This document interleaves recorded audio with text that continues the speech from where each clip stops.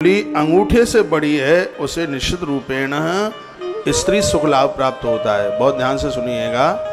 हाथ का जैसे अंगूठा है, अंगूठे से तर्जनी उंगली बड़ी हो तो ऐसे पति और पत्नी में झगड़े होने के चांस कम होते हैं। आप कहोगे तो ये तर्जनी उंगली तो अंगूठे से वैसे ही बड़ी है, ऐसे नहीं, इसको भी नाप लो इसको भी नाप लो, ये यहाँ से थोड़ी माना जाएगा, यूँ माना जाएगा, यूँ इसको नीचे करना पड़ेगा। अंगूठे की भी लंबाई और इसकी भी लंबाई देखी जावे तो अंगूठे से यदि ये उंगली लंबाई में छोटी है तो उसको बहुत अशुभ माना गया है।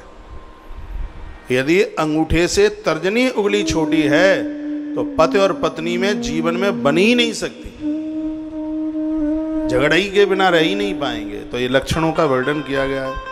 अब मुझे ये नहीं पता लग पा रहा है कि मैं कहीं आपको टेंशन में तो नहीं डाल रहा हूँ ये कथा कह के। ये बोल रहे हैं कि टेंशन तो हो जाएगा यदि किसी की, और यदि ये थोड़ी सी भी ये बड़ी है तो ऐसे व्यक्ति पर स्वर्ण की कमी नहीं रहती, संपदा की कमी नहीं रहती। हाँ, ये छोटी उंगली है जी, सब उंगलियों का बताया है। अभी सुनिए, इसको कनिष्ठिका कहते हैं। ये भी अंगूठे से बड़ी होनी चाहिए। भक्त वत्सल भगवान की। हे गोई, जिसके चरण की उंगलियां चिपटी वह बड़ा सुखी रहता है, ये तो आपने सुन ही लिया है। जिसके चरण के नख लाल लाल हैं, ये भी आपने सुन लिया। इसमें तो ये श्लोक में बता दिया, श्वेत नखई वृक्षिते वृक्षा दुख जीवना कुशीला कुण कही के यहाँ काम भोग विरजता। इन नाखूनों से हमारे शरीर के बारे में, स्वास्थ्य के बारे में बहुत ज़्यादा पता लगता है। यदि नख फटे हुए हों तो वह दरिद्र होता है। हरित वर्ण नख वाला वह भ्राताओं से दूर, जिसमें हरितमा है, जिसके नाखून में हरापन है, ऐसा व्यक्ति अपने भाइयों के साथ जीवन में कभी भी नहीं रह सकता, कभी भी नहीं रह सकता। जिस व्यक्ति की तर्जनी उंगली मध्यमा उंगली से, तर्जनी वाली मध्यमा उंगली है, अनामिका उंगली से बड़ी होती है, भले ही थोड़ी सी बड़ी हो, ऐसा व्यक्ति बहुत बड़ा धुरंधर विद्वान होता है, पढ़ा लिखा होता है, निरक्षर नहीं होता।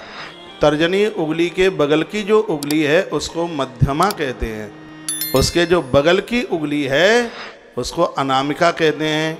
तो अनामिका उंगली से भले ही इतनी सी बड़ी हो, यदि उसकी मध्यमा उंगली अनामिका उंगली से बड़ी है तो ऐसा व्यक्ति बहुत पुरुषार्थी होता है, और इतना ही नहीं, वो बहुत पढ़ा लिखा होता है।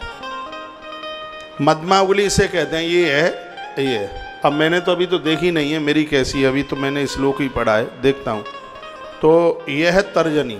तर्जनी से और अनामिका से मध्यमा उंगली थोड़ी बड़ी होनी चाहिए, कितनी भी हो, भले ही इतनी हो, तो वह व्यक्ति, उसका दिमाग और बहुत ज़्यादा होशियार और पुरुषार्थी व्यक्ति होता है। अनामिका और तर्जनी से मध्यमा उंगली भले ही इतनी सी बड़ी हो। अब देखो थोड़ा अपना अपना देखो, बड़ी है,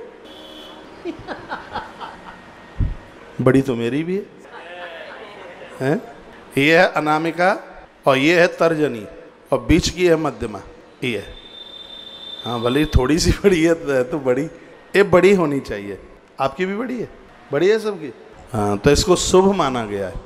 दोनों उंगलियों से जो बीच वाली जो उंगली है वो बड़ी हो तो उस हाथ को बड़ा शुभ माना गया है।